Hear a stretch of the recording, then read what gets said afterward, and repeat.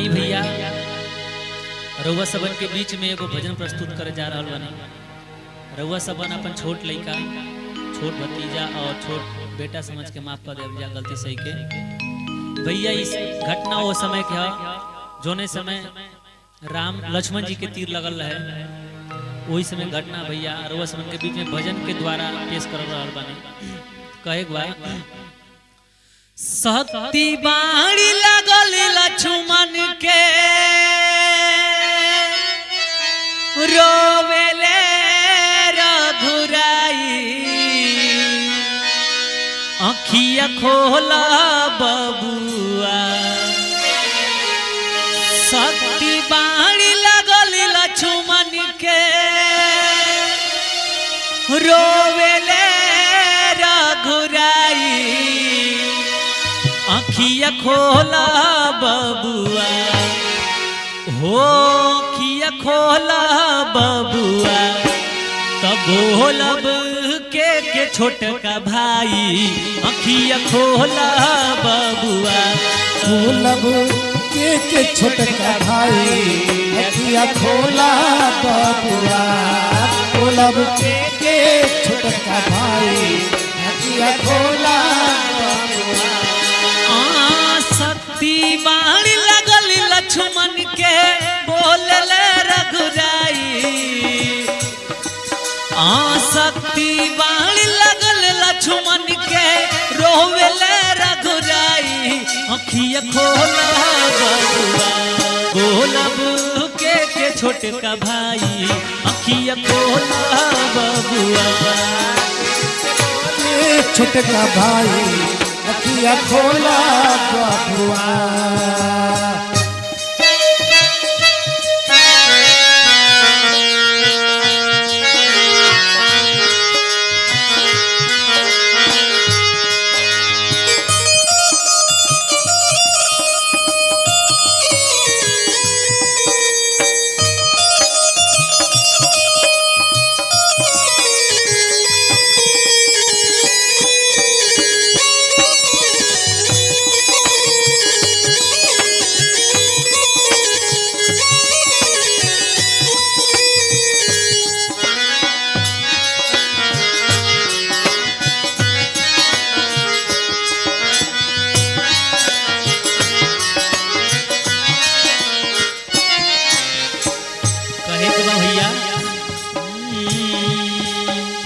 राजभवन के त्याग तू हमारा साथ बन में अइला,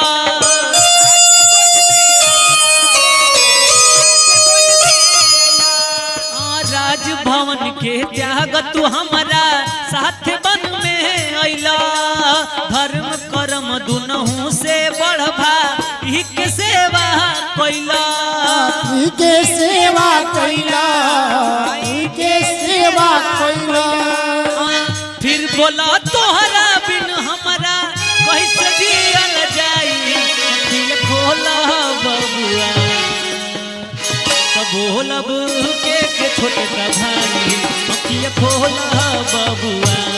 बोलब के छोटका भाई, अखिया खोला बबुआ।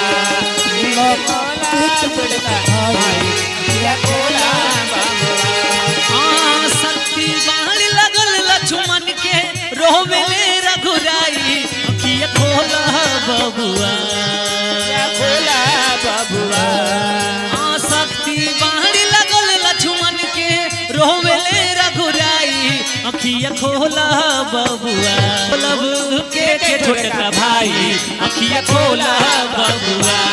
बोलब के छोटका भाई, अखिया खोला बबुआ।